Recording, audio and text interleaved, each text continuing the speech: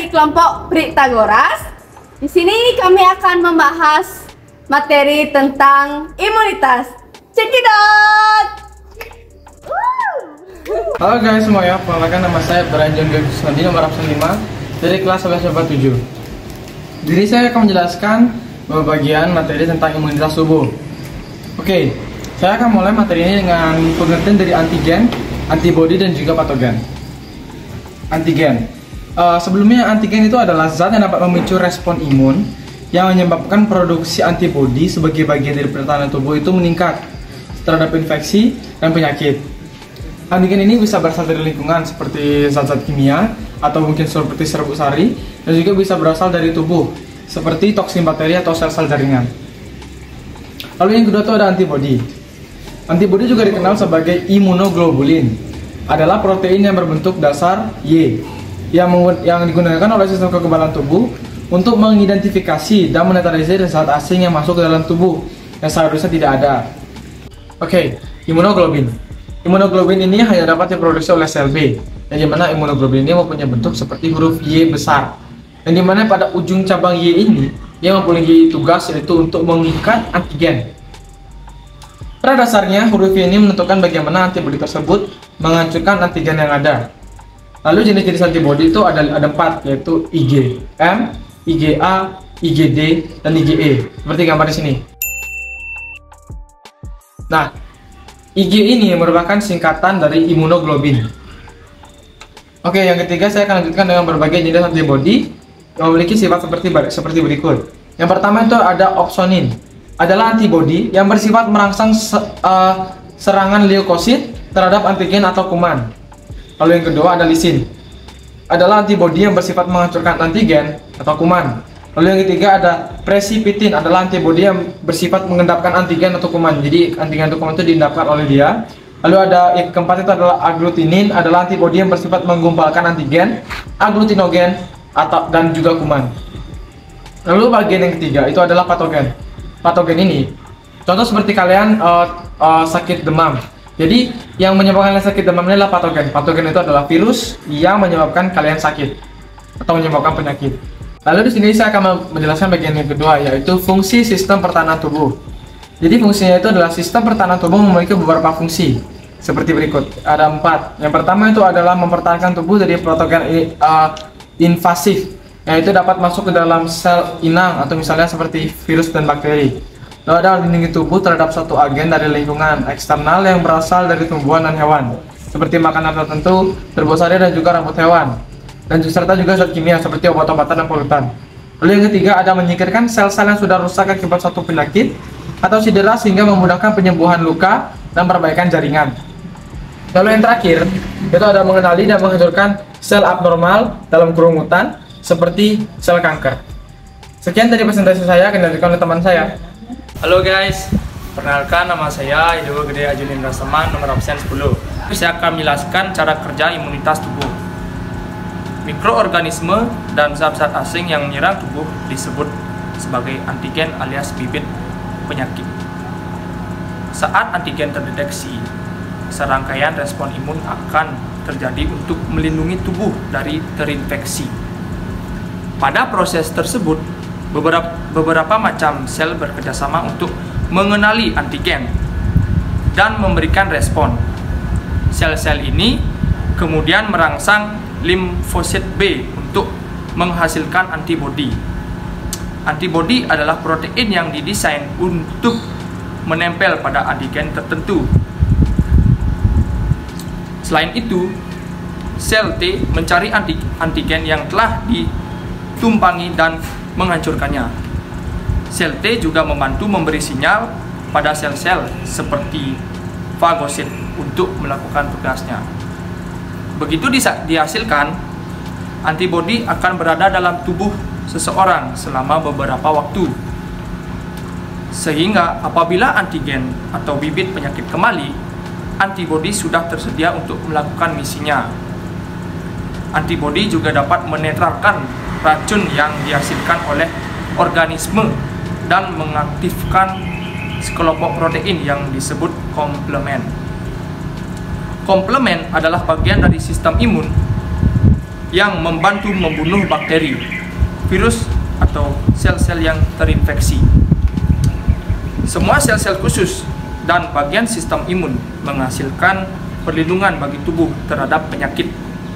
Proteksi inilah yang disebut imunitas. Sekian penjelasan dari saya. Terima kasih. Halo semua, perkenalkan nama saya Idewa Yuvalupi Handayani. Di sini saya akan menjelaskan sistem limfatik. Sistem limfatik merupakan sirkulasi yang mengalirkan limfa atau getah bening di dalam tubuh. Kelenjar getah bening adalah sebuah jaringan berbentuk oval di dalam tubuh yang bertindak sebagai penghasil dan penyaring cairan yang disebut sebagai getah bening atau limfosit. Nah, getah bening ini berfungsi dalam pengeluaran sel-sel mati dan yang paling utama adalah sebagai alat pertahanan terhadap infeksi atau mematikan kuman penyakit yang masuk ke dalam tubuh. Nah, limfa ini berasal dari plasma darah yang keluar dari sistem kardiovaskular ke dalam jaringan sekitarnya. Cairan ini kemudian dikumpulkan oleh seluruh sistem limfa melalui proses ke dalam kelenjar limfa dan dikembalikan ke dalam sistem sirkulasi. Nah, selanjutnya saya akan menjelaskan tentang organ-organ yang berperan dalam sistem limfatik.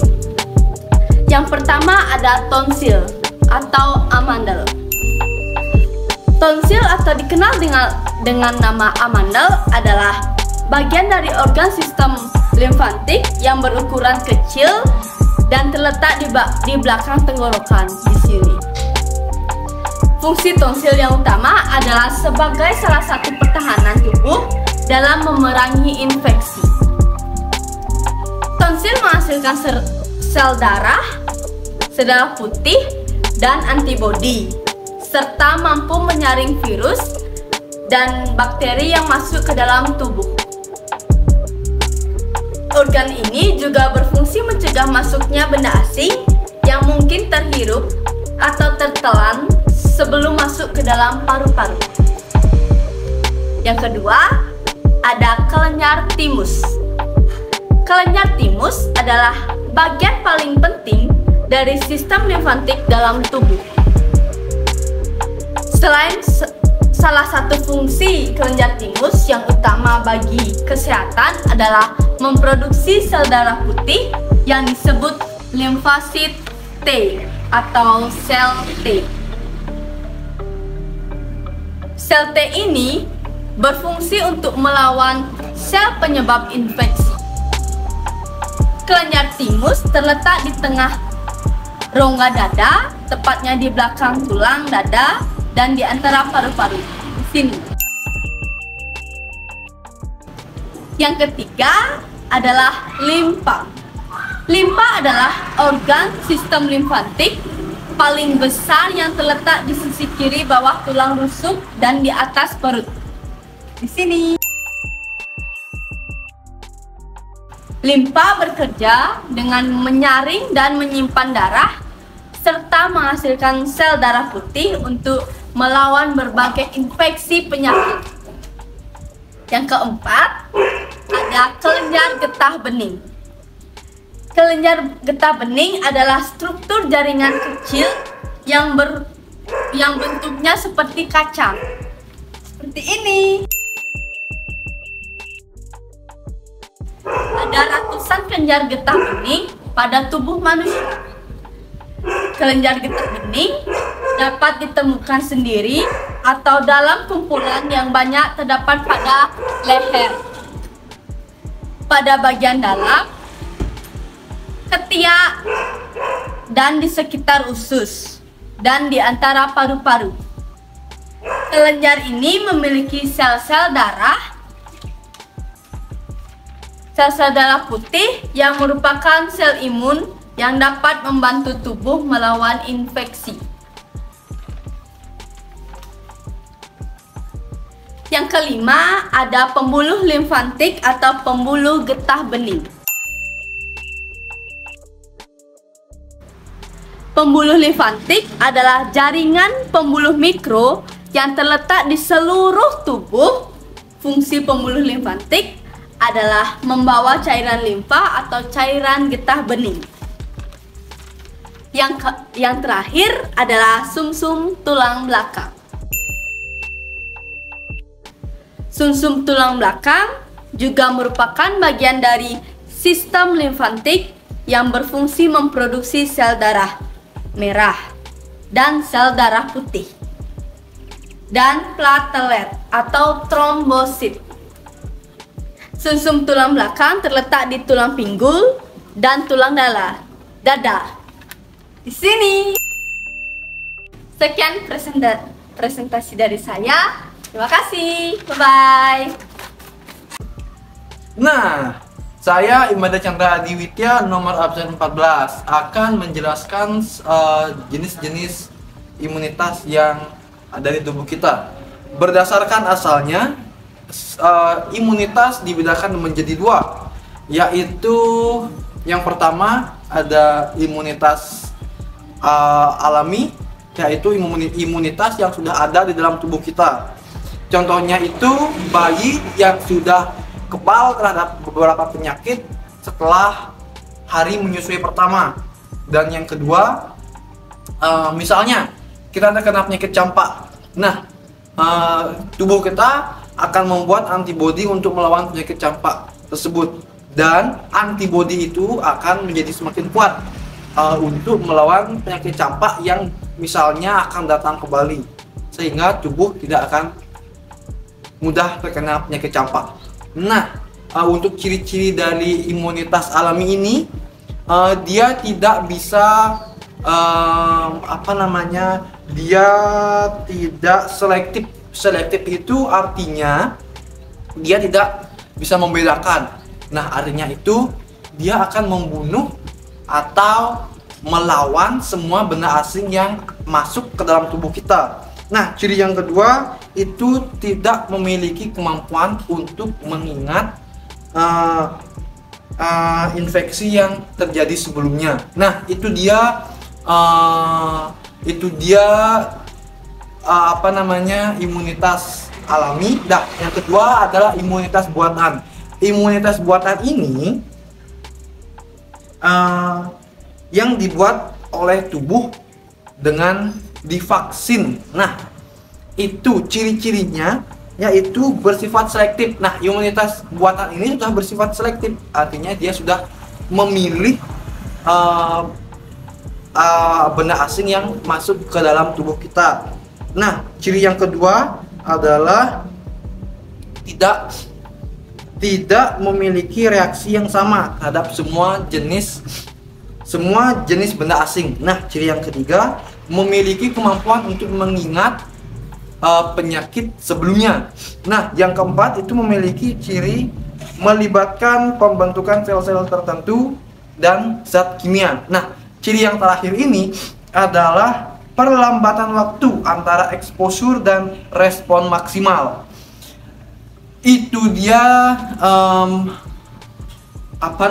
imunitas berdasarkan asalnya. Terima kasih. Halo, perkenalkan nama saya Bapak Tegar Riksana, nomor absen 21. Hari ini saya akan menjelaskan imunitas berdasarkan mekanisme kerjanya. Jadi imunitas berdasarkan mekanisme kerjanya dapat dibagi menjadi dua, yaitu kekebalan humoral dan kekebalan seluler. Nah, kekebalan humoral yaitu imunitas yang dimediasi oleh molekul di dalam darah yang disebut antibodi. Nah, jadi apa itu antibodi? Antibodi dihasilkan oleh sel B limfosit, yaitu ini. Mekanisme imunitas ini ditunjukkan untuk benda asing yang berada di luar sel. Jadi jika ada benda asing yang masuk ke dalam tubuh kita, antibodi akan menempel di suatu molekul yang spesifik di permukaan benda asing tersebut. Kemudian antibodi akan menggumpalkan benda asing tersebut sehingga menjadi tidak aktif atau berperan sebagai sinyal bagi sel-sel fugosit. Yang kedua ada kekebalan seluler. Kekebalan seluler adalah respon imun yang dilakukan oleh molekul-molekul protein yang tersimpan dalam limfa dan plasma darah. Imunitas ini dimediasi oleh sel T limfosit, yaitu ini. Mekanisme ini ditunjuk untuk benda-benda yang asing yang dapat menginfeksi sel seperti bakteri dan virus, sehingga tidak dapat dilekati oleh antibodi. Sel limfosit kemudian akan menginduksi dua hal. Yang pertama ada fagositosis, benda asing tersebut oleh sel yang terinfeksi. Yang kedua ada lisis, sel yang terinfeksi sehingga benda asing tersebut terbebas keluar dan sel dapat dilekati oleh antibodi. Sistem kekebalan tubuh mempunyai beberapa fungsi sebagai berikut. Yang pertama, melindungi pengaruh luar biologis yang dilakukan oleh sel dan organ khusus pada suatu organisme. Yang kedua, melindungi tubuh terhadap infeksi bakteri dan virus. Yang ketiga, menghancurkan sel kanker dan zat asing yang lain dalam tubuh. Yang keempat, memberikan pengawasan terhadap sel tumor. Yang kelima, untuk keseimbangan fungsi tubuh, terutama menjaga keseimbangan komponen tubuh yang sudah tua. Yang keenam, sebagai pendeteksi adanya sel-sel abnormal. Yang ketujuh, menghilangkan jaringan atau sel yang mati atau rusak untuk perbaikan jaringan. Dan yang terakhir, mengenali dan menghilangkan sel abnormal. Sekian informasi dari saya. Terima kasih. Perkenalkan, nama saya Madi Bunga Permatasari, nomor absen 26. Di sini saya akan menjelaskan tentang sistem kekebalan. Sistem kekebalan adalah sistem dari interaksi sel yang bertujuan untuk mengenali antigen. Antigen dapat berupa virus atau bakteri yang hidup. Kekebalan dibagi menjadi dua, yaitu kekebalan aktif dan kekebalan pasif. Kekebalan aktif adalah kekebalan yang perlindungan yang dihasilkan oleh sistem kekebalan seseorang secara mandiri dan menetap seumur hidup. Sistem kekebalan aktif dibagi menjadi dua, yaitu aktif alamiah dan aktif buatan. Aktif alamiah adalah perlindungan atau kekebalan yang didapatkan ketika seseorang menderita suatu penyakit, sedangkan kekebalan aktif buatan adalah kekebalan yang didapatkan dari pemberian vaksinasi. Yang kedua adalah kekebalan pasif. Kekebalan pasif adalah kekebalan diperoleh dari luar tubuh dan tidak dibuat oleh tubuh itu sendiri.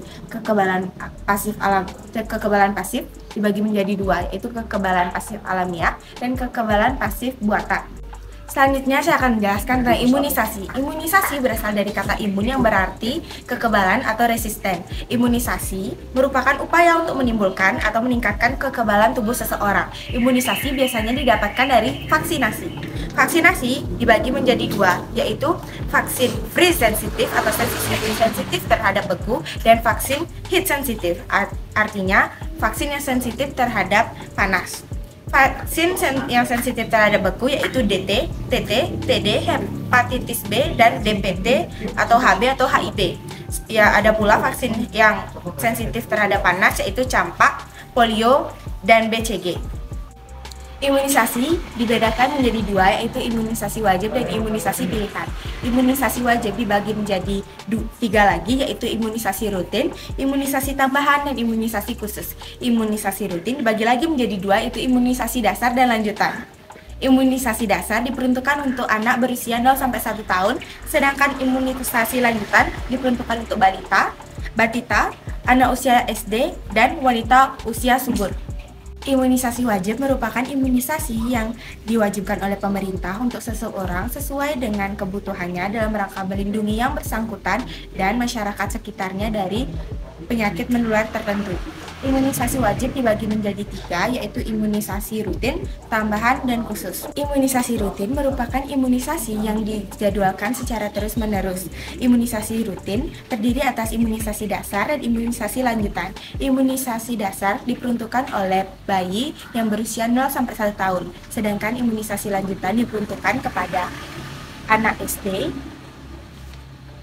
wanita usia subur, dan batita. Baik, saya Made Pratnya Kumariana, absen 27. Baik, di sini saya akan menjelaskan yaitu gangguan pada imunitas. Baik, saya akan menjelaskan secara rinci gangguan pada imunitas itu. Baik, gangguan pada imunitas adalah suatu kondisi yang dimana kekebalan tubuh kita tidak bekerja secara optimal, yang dimana ini sebagai peran penting dalam kekebalan tubuh kita, seperti sel darah putih yang menjaga imunitas kita dari penyakit virus maupun penyakit-penyakit yang lain. Baik, dalam gangguan pada imunitas ada 3 bagian. Yang pertama saya akan jelaskan yaitu penyakit imunodefensi. Imunodefensi ialah suatu kondisi kekebalan tubuh kita terganggu. Terganggu yang saya maksudkan ialah banyak penyakit yang menyerang sistem kekebalan tubuh kita secara optimal. Yang jika penyakit itu menyerang kekebalan tubuh kita, maka tubuh kita akan menjadi melemah. Oke, imunodefensi ini terbagi menjadi 2, yaitu primer dan sekunder. Oke, saya jelaskan yang primer. Yang primer itu melibatkan seperti lingkungan, bahan-bahan kimia, sama seperti sekunder sebenarnya. Oke, contohnya ialah ada imunodefensi variabel umum, anopektosis, dan juga penyakit granulosa kronis. Yang kedua ada sekunder. Sekunder itu ialah penyakit lingkungan. Seperti kalian tahu di sawah itu, banyak para petani menggunakan pestisida. Nah, pestisida itu yaitu bahan alami kimia. Bahan kimia yang berbahaya bagi tubuh kita. Bahan kimia itu dapat terjangkit di tubuh kita. Baik, yang ke C itu ada penyebab gangguan dari penyakit imunodefensi, yaitu ada AIDS, ada penggunaan narkoba secara berlebihan, ada terapi radiasi, dan juga rawat inap secara berlebihan. Gejala-gejala umum pada imunodefensi ialah mata merah, infeksi sinus, pilek, diare, pneumonia, infeksi jamur, dan juga gingivitis.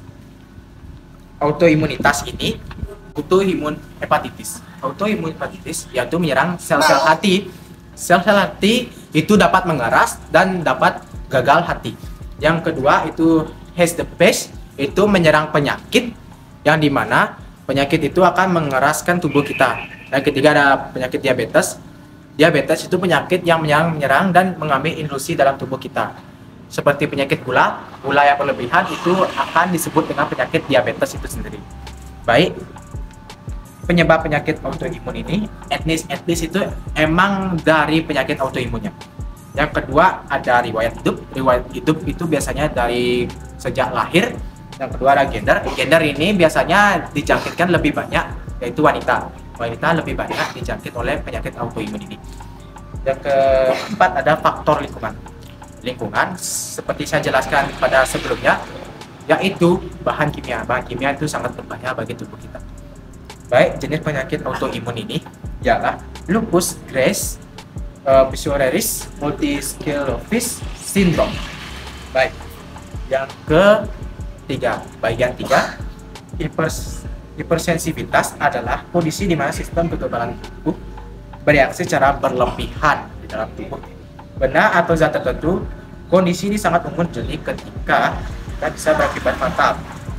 Yang jenis pertama ialah alergi, yang kedua menyebabkan peradangan dan gagal jaringan. Baik, yang ketiga ada penyakit imun yang umum. Yang keempat, hipersensitivitas yang tipe yang lambat. Penyakit ini menyerang secara lambat. Baik, gejala-gejala hipersensitivitas ini seperti mual-mual, sesak napas, gejala penyakit jantung, dan kehilangan kesadaran kita sendiri. Baik, itulah penjelasan saya mengenai gangguan pada imunitas. Terima kasih. Halo guys, nama saya Putu Gede Sindu Dharma Putra, nomor absen 36 dari 11 MIPA 7. Tadi kan kalian sudah tahu apa itu imunisasi wajib. Nah, imunisasi wajib itu terdiri dari 3 ya, dari imunisasi rutin, tambahan, dan imunisasi khusus.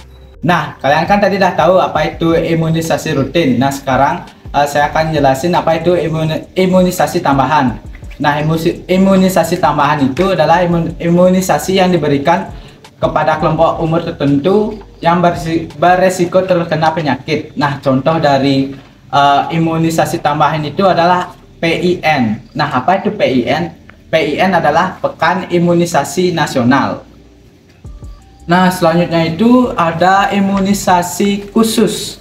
Imunisasi khusus ini diberikan untuk melindungi masyarakat terhadap suatu penyakit tertentu dan pada keadaan tertentu juga. Nah, contohnya itu imunisasi pada saat berangkat umroh. Nah, pada saat berangkat umroh itu kita akan diberikan imunisasi supaya kita terhindar dari penyakit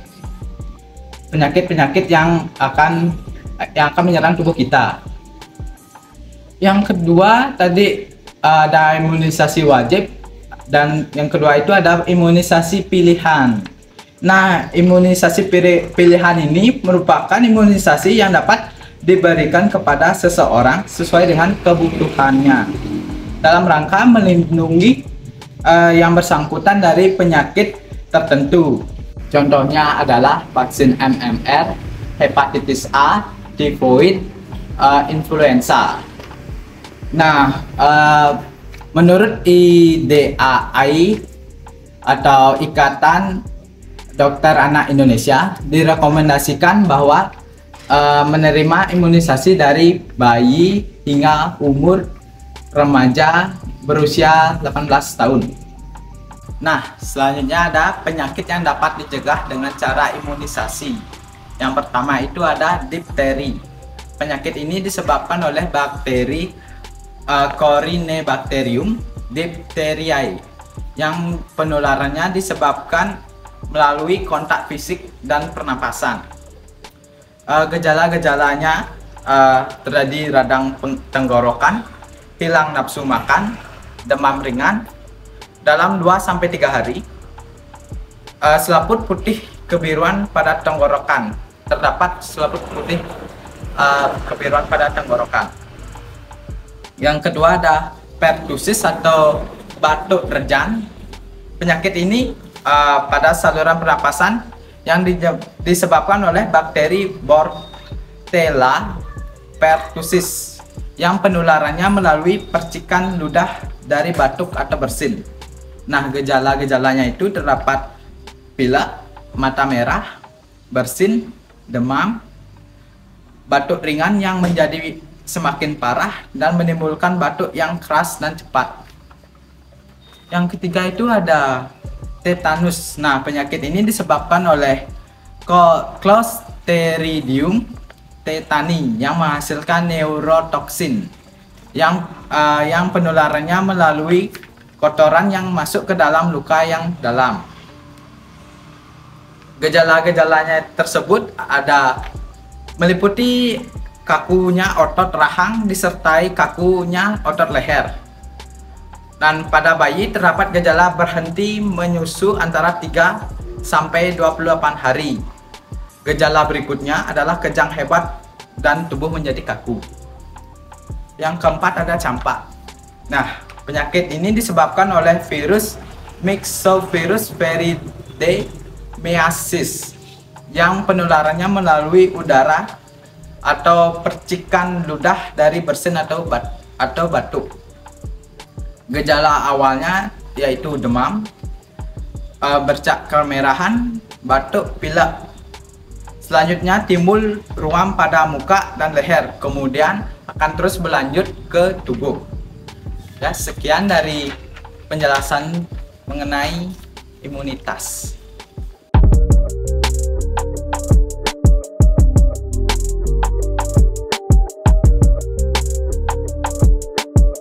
Hidup kesepian tanpa kekasih. Cukup sekian dan terima kasih.